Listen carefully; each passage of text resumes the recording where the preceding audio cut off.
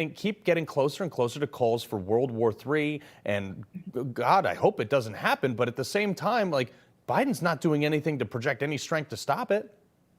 No, and you're seeing crises in different parts of the world all at once. So you're seeing a crisis in the Middle East where Iran shooting at American vessels, commercial vessels, military vessels. You're seeing China in the South China Sea trying to take the Western Pacific basically under Chinese control and threatening to, invade Taiwan. I don't think they'll do that. But then you also see the crisis in Europe where the Russia-Ukraine war is at a standstill. So it's all over the globe. And it just seems that the United States is playing catch up in every one of the cases. And the point that you made, particularly in the Middle East, where we now have Houthi rebels. I mean, who are the Houthis, right? They're firing on American vessels, trying to deny any kind of passage of American or allied vessels or commercial shipping in one of the most important trade routes in the world.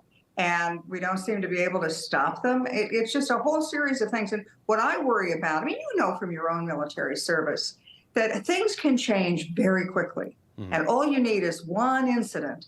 And then all of a sudden you're in a place you don't want to be. So I'm very worried that all these missiles that are being fired at American vessels, allied vessels, commercial ships, military ships, eventually one of them is going to get through our perimeter defense and it's going to sink a ship. And then you don't have just one or two Navy SEALs that are missing and sadly dead, but you could have mass casualties. And then we're in a war, and it's a war we don't want. Right. We're not prepared to fight, and we could have avoided. But that's my problem here, and you're talking about that. Like, shockingly enough, that we haven't had any Americans killed other than my two brothers that were lost at sea. But at the same time, you have dozens of rockets being fired at dozens of American military installations in half a dozen countries, and yet nobody's been killed, thankfully. But when I was over there was a lot of times when we were working with partner forces, we would give false locations to where we actually were staying, and those would get hit by mortars. How many of our American counterparts that we think are working with us might be working against us right now in some of these attacks?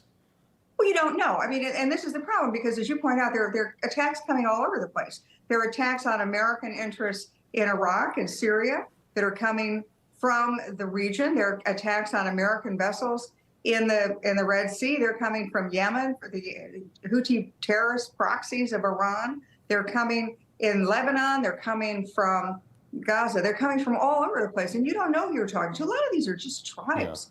Not organized military organizations. A lot of these proxy forces are just tribes, sometimes operating on their own recognizance. But what we do know is that every one of them is paid for by Iran.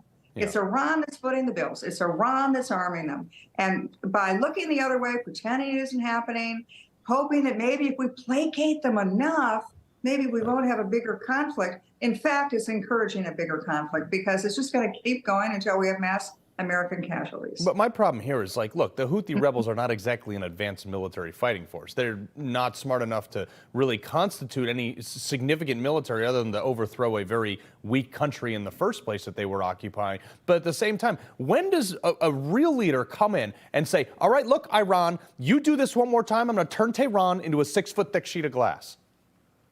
Well, you look at what President Trump did. I mean, he had a several-pronged approach, and by the time he left office, the Middle East was at peace, and Iran was on its knees. Or the Iranian economy was pretty much cratered because of low oil prices and because of the sanctions that we put on Iran. The Iranian their proxy movement, their leader, Qasem Soleimani, had been killed by Trump, and we didn't hear from them after a while. But now we have an administration that's really allowing all this to happen, and they're not taking the fight. So a perimeter defense is not to go to the source of where the rocket is coming from and taking it out. That's what you need to do. Take it out at its source. KT, real quick, John Kirby, the least convincing press secretary for national defense I've ever heard. Listen to this.